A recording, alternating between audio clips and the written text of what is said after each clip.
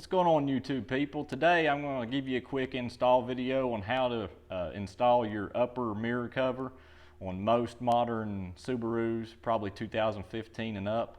So if you find this video helpful, please remember to subscribe and let's get into the install. Alright, as far as the install goes on the upper cover, tool to have handy is trim tool. Don't have to have it. Comes in handy though, getting these plastic pieces off. Get your trim tool in this corner. Well, if I can get it there. Pop it off on the bottom lower. Take it on the upper. Same thing. Pop it off. Take your new cover. Put it back on. Pop it in. Take the lower cover.